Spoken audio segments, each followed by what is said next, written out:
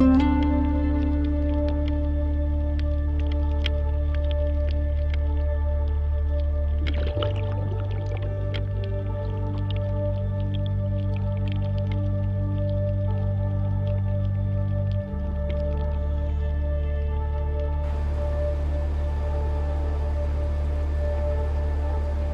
over the world, at least 1 million of live reef fish, invertebrates, and other marine aquarium products are being transported every week. From reefs to villages, from villages to cities, and the last destination is importing countries. Flown in plastic bags of water and packed in the styrofoam boxes, far away from their wonderful natural home.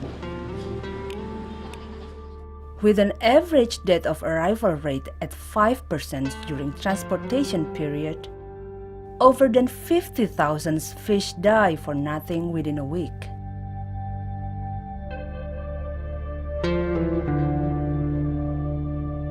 On top of that, many more fish and other marine biota die because of certain fishing methods.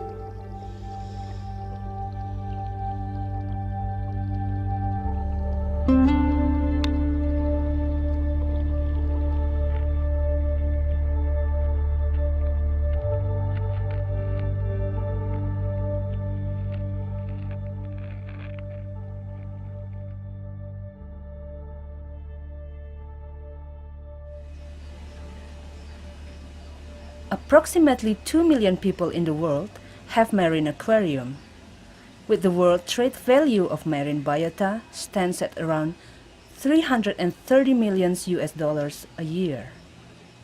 The majority number of these reef creatures are transported to Europe and North America. The majority of marine ornamental fish in international market are supplied from the wild species in the tropical water. One of the biggest sources of these products is the archipelago of Indonesia. Indonesian seas are blessed with abundant marine biota, one of the richest biodiversity in the planet. Around 2,000 reef fauna species and 460 coral species spread out within 50,000 square kilometers of coral reef ecosystems all over archipelago. Recently, there are only 5.5% of Indonesian coral reef ecosystems at excellent condition.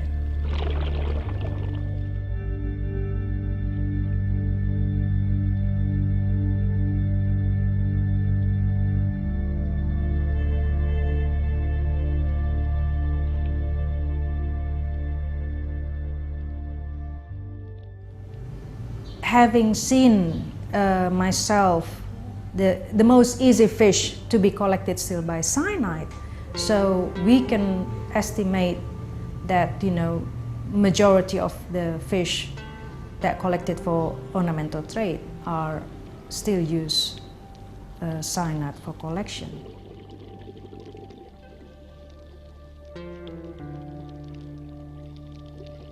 Approximately more than 80% of marine ornamental fish from Indonesia are collected by using cyanide.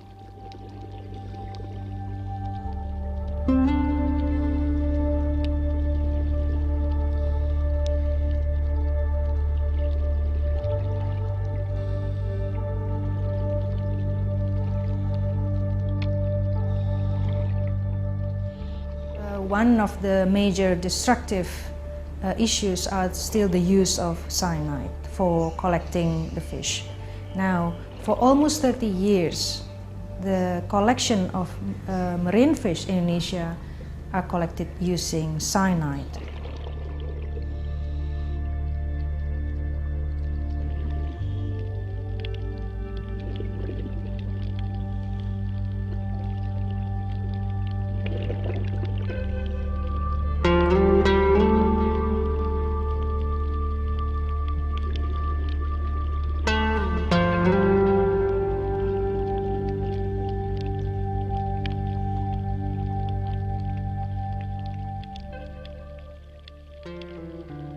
As you know, that cyanide stun the fish, so but also cyanide kill the corals and also other species non-targeted that die or wasted. So at the moment, the use of cyanide is still one of the major issues in Indonesia.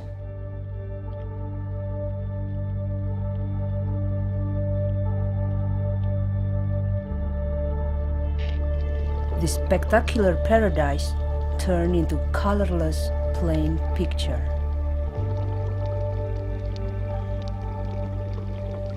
Dulu waktu masih pakai potasium cyanida itu, terumbu karang yang ada di depan kita ini hampir mati semua. Dulu tangan ini sebagai perusak dan penghancur karang. Pakai cyanida, cungkil karang, apa segala macam aktivitas dulu. Nyoman Triade, well known as Gombal, is a portrait of ornamental fish collectors living in Les village in the north of Bali. Before 2002, almost all ornamental fish collectors in his village use cyanide to collect fish. Awal mulanya saya bekerja cari ikan hias itu sejak tahun 88. Waktu itu saya masih pakai potasium cyanida. Nah, begitu lama kita jalani, sekitar 15 tahunan.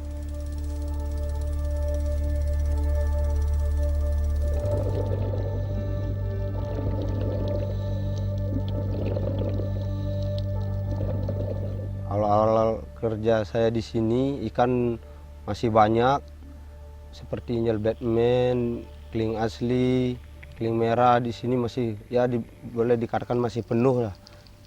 Karang juga masih bagus. Waktu masih pakai cyanid, karang udah begitu mati, ikan juga kurang. Hingga saya nyari ikan jauh. Seperti ke Sumbawa, Solor, bahkan Alor.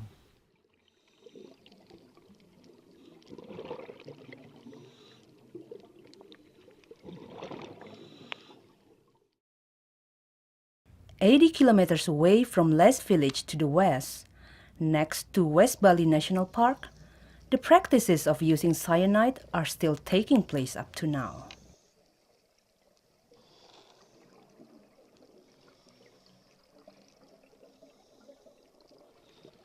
Three tablets of cyanide mixed with seawater are sufficient for the fishermen to start spraying to the coral colonies. To allow us filming these illegal practices, the fishermen asked us to conceal their identities. Well, the impact, if we're talking for the ornamental fish, it is, many people argue that the impact is small comparing to the coral minings, coral bombing. You know, people argue that the impact is small. But the thing is, because the collection in Indonesia happening everywhere, so if we accumulate the impact, of course it is significant.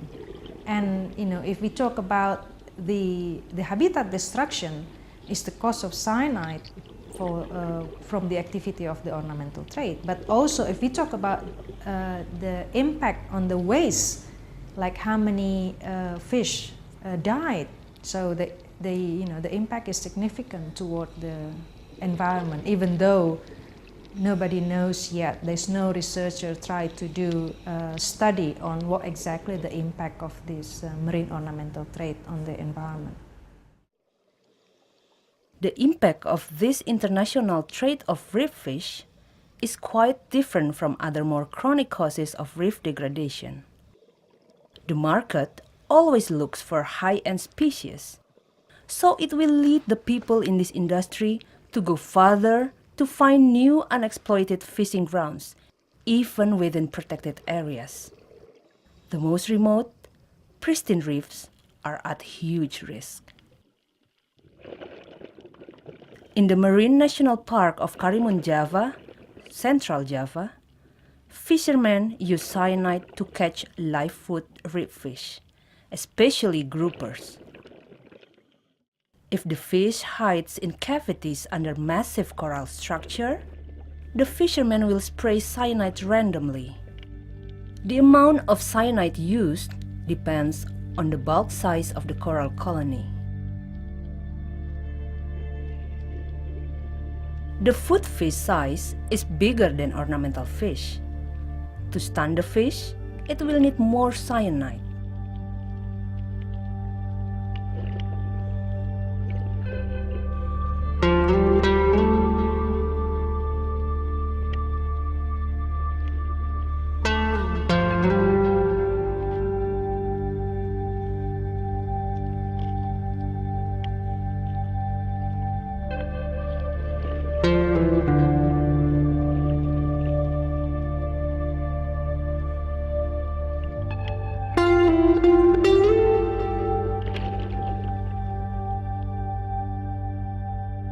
The biggest market of live food reef fish is Hong Kong.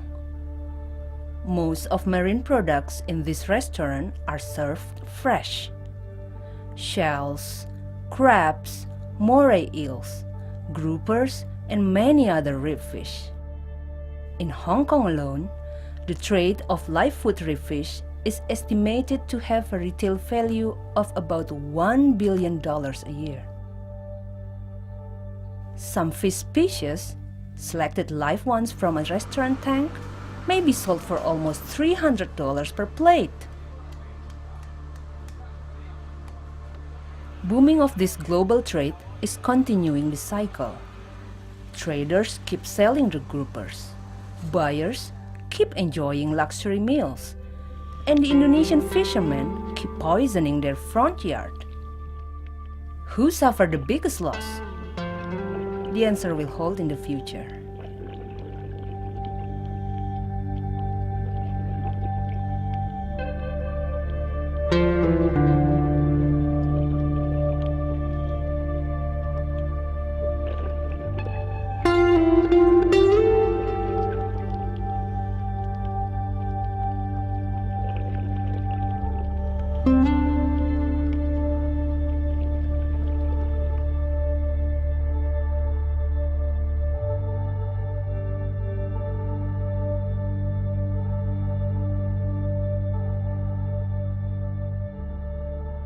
Witnessing the slow death of reef fish from cyanide poisoning painfully illustrates the sad situation borne by Indonesian coral reefs.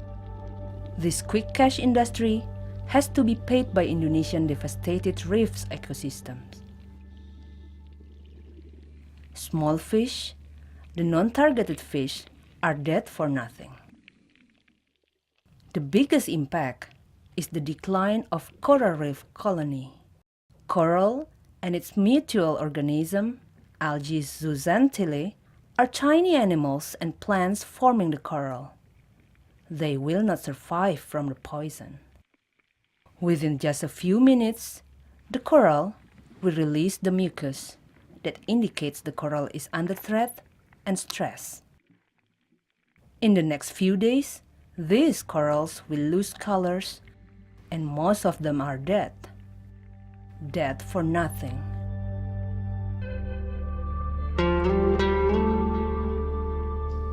While the corals are dying, the fishermen keep searching for other fish.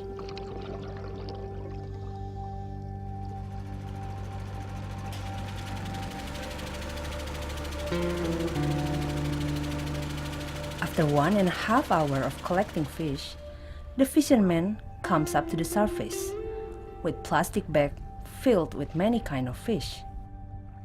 Pak, bisa kasih tahu saya ikan apa aja dapatnya, Pak? Ini Pak, ini scorpion, dapat scorpion. Terus apa lagi? Ini ada caping titik, ada bintang malam, cantik ada ini, yang warnanya kuning merah. Jadi sehari ini Bapak ngabisin berapa banyak obat, Pak? Tadi bawa 3 biji. 3 biji obat. Ya, obat 3 biji. Kenapa 3 biji aja gitu? Oke Pak. Kalau segini Pak kira-kira dapat uangnya berapa Pak? Ini kurang lebih mungkin sekitar ya 20.000. 20.000. Ya. Only for $2, the end price of lionfish that he mentioned can reach more than $35 in the international market. At the other end, in pet shops in Florida, United States, some fish could reach 10 times price from fisherman's price. For the small blue tang, the price here is almost $19. At exporter level in Jakarta, the price is $8. The fishermen only sell it for $4.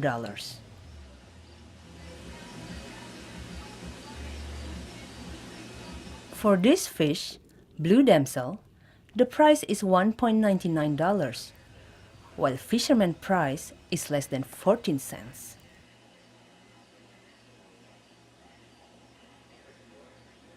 The majority of the importer for Indonesia is America, and then North America and European countries, and Asia such as Japan and Singapore. At the moment, until now, Indonesia is the biggest exporter for ornamental fish. So almost 90% fish for aquarium trade come from Indonesia. And then, almost 1,000 species fish, invertebrates, including corals and crustaceans are exported from Indonesia.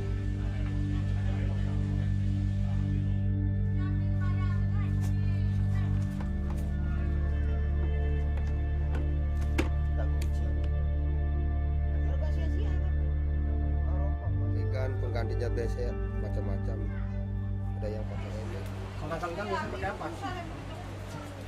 Dulu pakai potas, sekarang pakai jaring. Dulu jaring, udah pakai jaring tahun 2002.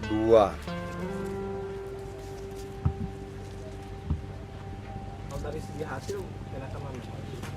Potas apa jaring? Ya kalau sekarang enakan pakai jaring. Lebih enak karena satu kali kita ngeluarin modal bisa lama dipakai. Dulu pakai potas kan tiap hari beli potas. Dan potas sekarang harganya mahal. Ya, inilah yang paling efektif sekarang. Pakai jaring.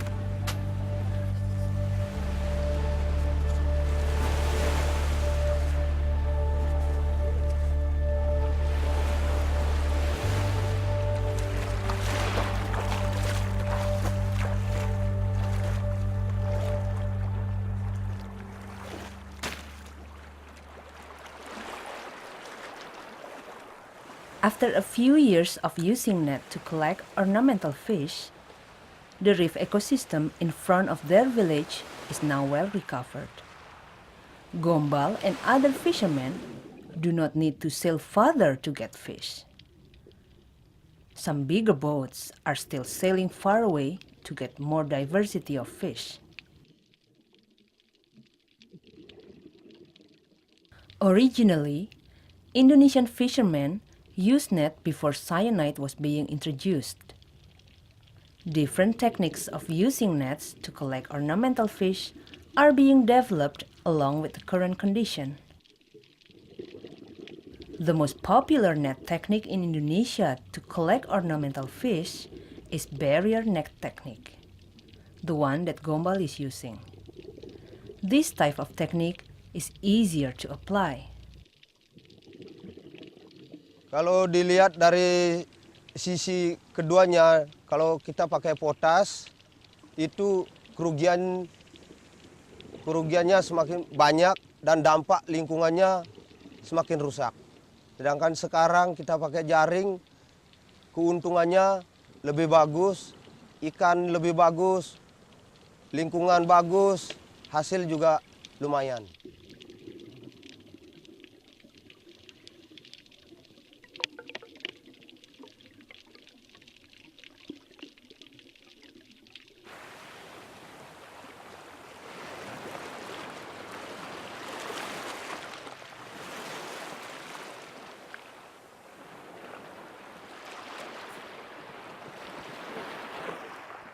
ada botana nasu, ini giro pasir, kling liris, ada angel hitam,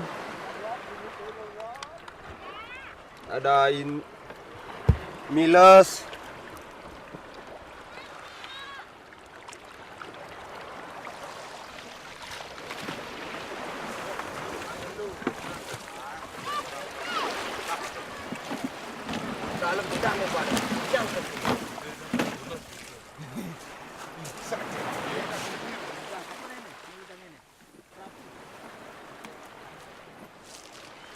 Dulu kita menangkap ikan 10 ekor sampai ke pembeli itu bisa jadi 7 karena yang 3 mungkin mati atau rusak.